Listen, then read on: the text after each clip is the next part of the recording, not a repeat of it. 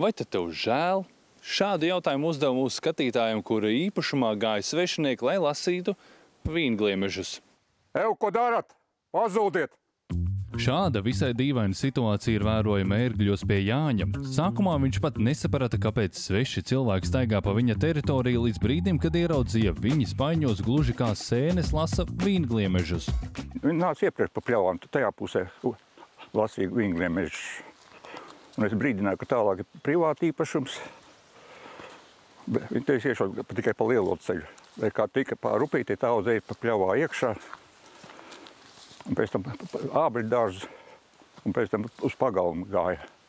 Tad es atnācu un, kā saka, aizzinu projām. Un ko šeit saka? Protestē tas viens. Divi apstājās, bet tas viens augšā pa ceļu uzreiz momentāli. Un neapmierinās. Vietējie, jā. Viņi pa visām pļavām. Arī vīngliemežiem ir līdzīgi kā rūgu vai sēņu lasīšana. Kad savākti, tos nodod uzpircējiem. Cena par kilogramu no 80 līdz 85 centiem. Jānis saka, kilogramu varot salasīt apmēram stundas laikā. Tad nu rēķiniet paši, cik sanāk, ja lasa visu dienu. Ņemot vērā, kā izskatās Jāņa īpašumā, kuri krītu atkal esot pilns ar vīngliemežiem, nav brīnums, ka šo zelta āderi kāds vēlas iekarot.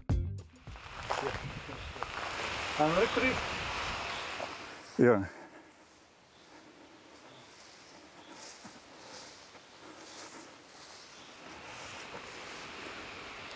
Šis jau, man liekas, ir laba lieluma, vai ne? Vai 28 mm atveri. Ir? Ir. Ir vēl lielāki eksemplāri. Jā, te ir ko ēst vispār. Pie mums vīngliemeži ir nonākuši ap 15. gadsimtu. Iemesls gavēņa laikā nedrīkstēja ēst gaļu, bet gliemeži par tādu netika uzskatīti, tāpēc tos varēja ēst cik uziet. Līdzīgi iemesla dēļ pie mums uzradies arī purva bruņurupacis, bet tas jau ir cits stāsts. Vīngliemeži dzīvo mitrās, kaļķainās vietās. Mēreni mitros, lapu koku mežos, kur viņam ir ēna, pietiekoši daudz mitruma, pietiekoši daudz barības. Jā, tur jau viņš var sākt parādīties, un vecos muižu parkos, kur apakš ir tāda lekna gārs, daudz zāles, jā, un ēna un mitrums, jā, vecos muižu parkos bieži vien viņi ir ļoti daudz. Arī, protams, dārzos. Tāpat tie bieži sastopam uz māju pamatiem, tur tiek grauži kaļķi, lai veidotu savu čaulu.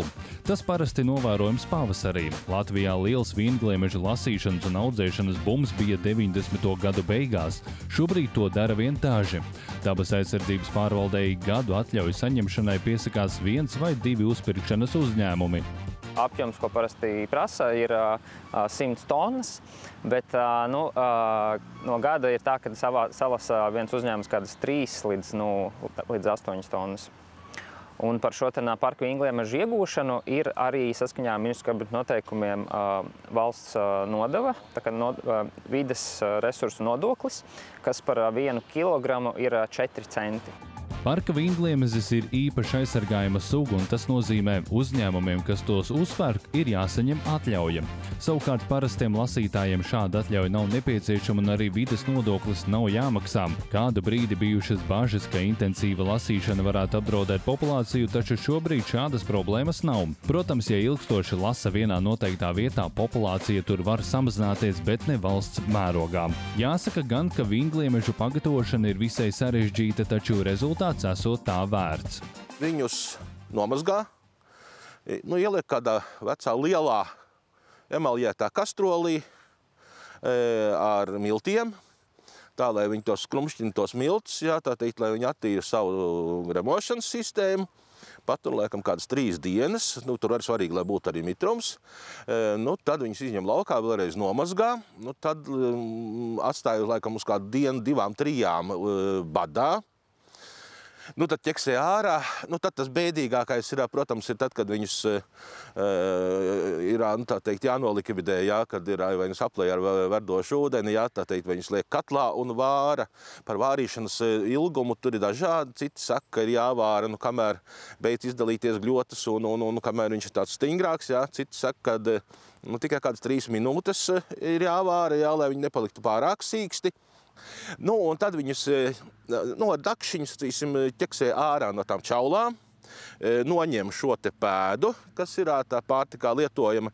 To, kas tur iekšā, visa gremošanas sistēma, visi iekšēji orgāni tos nogriež nost. Nu, un tad tās pēdas, to ēdamo daļu, tad tur ķiploku sviestiņā šmorē, vēl garšvieliņas pieliek klāt.